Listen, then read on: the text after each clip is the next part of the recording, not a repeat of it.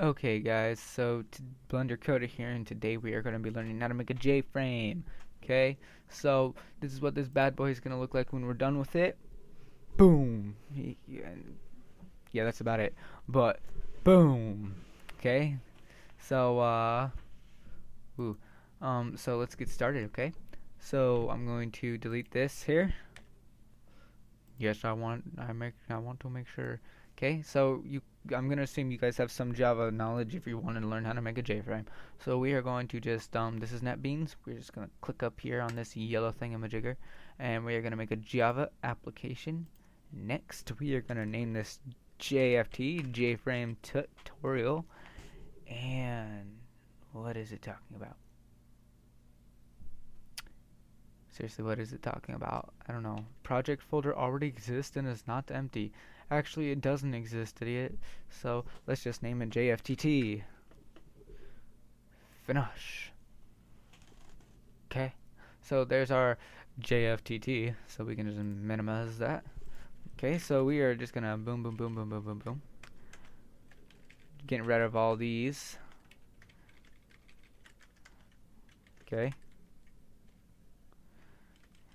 Okay, so let's get ready. So the first thing we have to do is we have to import the JFrame, because we have to import the JFrame folder, because unless the code knows where to get the information we're going to be using, it's just going to say errors.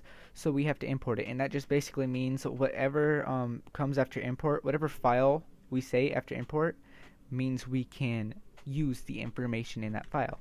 So code that already exists in the Java world. So we're going to say import. Now, what file do we want to import into our thing to make it work? Okay, what file do we want to import into our creation here so that we can use that file's code? And the file that we want to import is javax. So that is the name of the huge file, and then the dot means we're going inside of it. So there is a file inside this file, and it is named swing.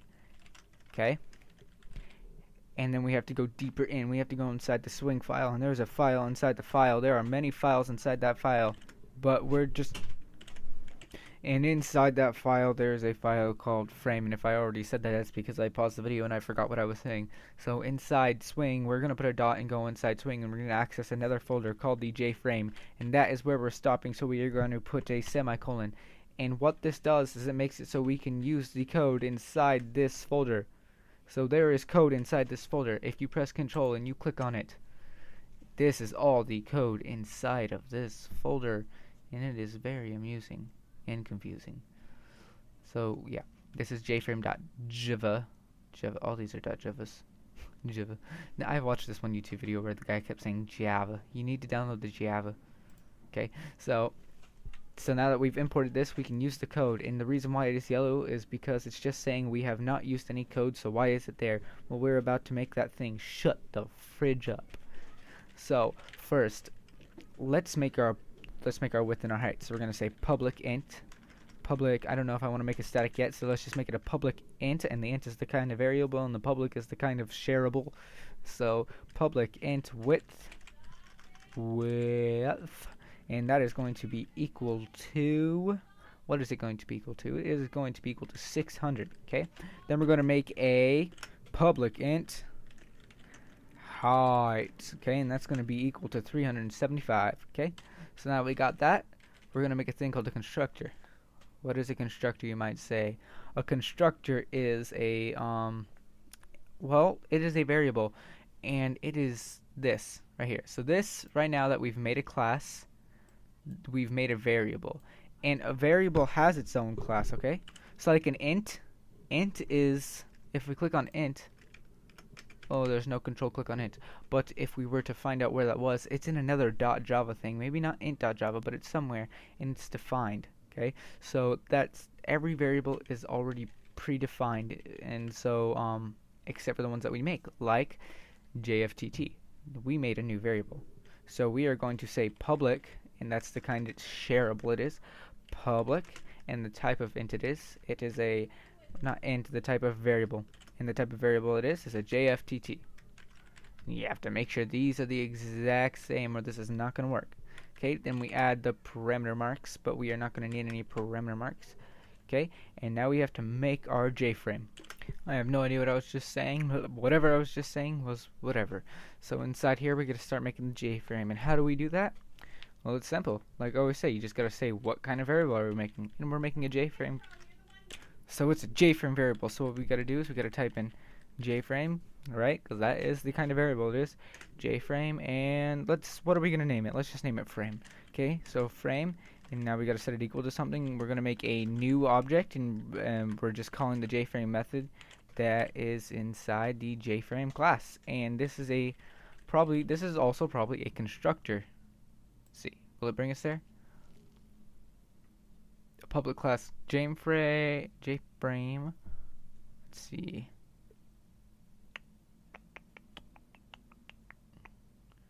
Where is it? Do they? Yeah, see, public JFrame. These are all constructors. Okay. So now what we got to do is we got to set up some things. So first we got to say we're going to be changing the frame variable a little bit. So the frame variable we just made right here. So what are we going to do? We're going to call our variable, or we're going to say what kind of variable we want to change or make, and we want to change or make the frame variable. And what do we want to do to it? We're not going to set it equal to anything. We're actually going to go inside the frame variable. So we're going to add a dot, and that's how you go inside of a folder, or a dot, or a variable method. So we're going to say frame dot, and we're going to go inside it, and we're going to look for a method inside of the variable we just created. And the method is called set size, okay? And it takes parameters. It takes two. It's going to take a width and height. So we're just going to say width, comma, height, okay? So now we're going to say frame. Now we're going to set it visible to. We're going to make it so it's visible, so when you open it, you can actually see it, which is probably really important. So we're going to say set visible, okay, and we're going to say true. So it's true that it is visible.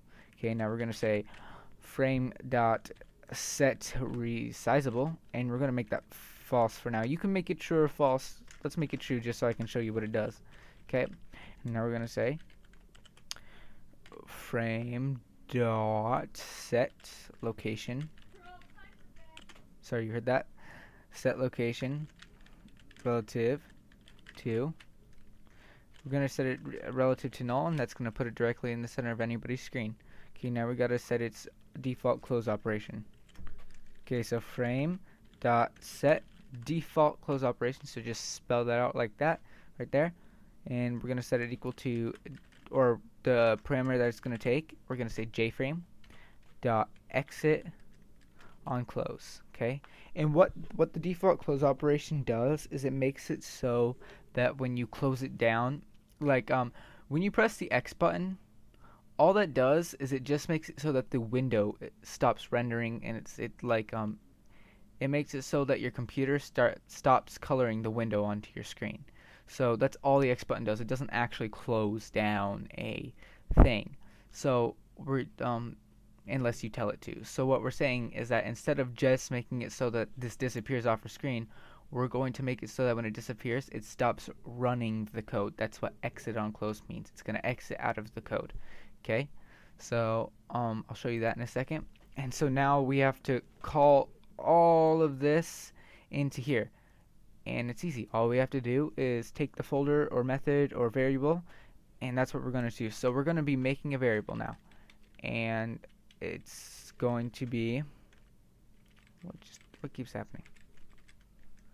Okay, it's not going to let me do that for some reason. So just come over here.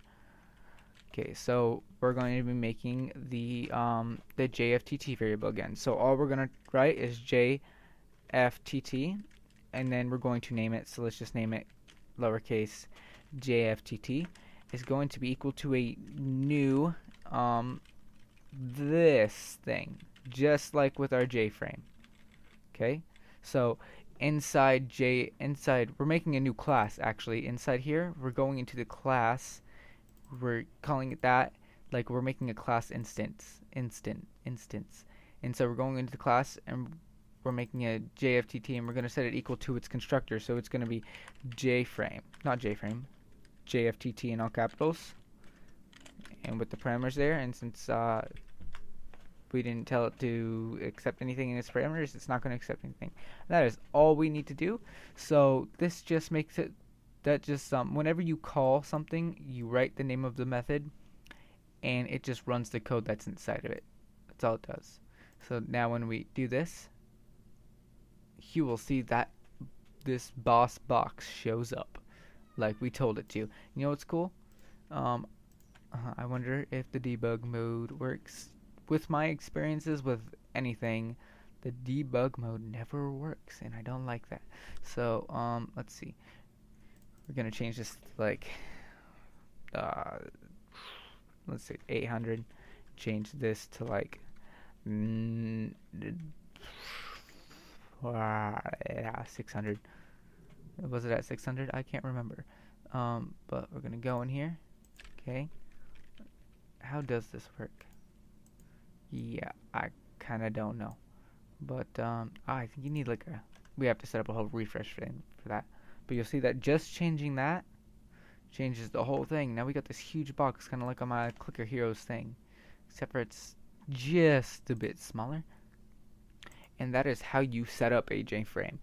And I hope you guys found this very helpful. If you did, like this video, subscribe for more, and comment down in the section below if you want me, the Blender Coder, to make a Java series, tutorials, anything that I can do within my power.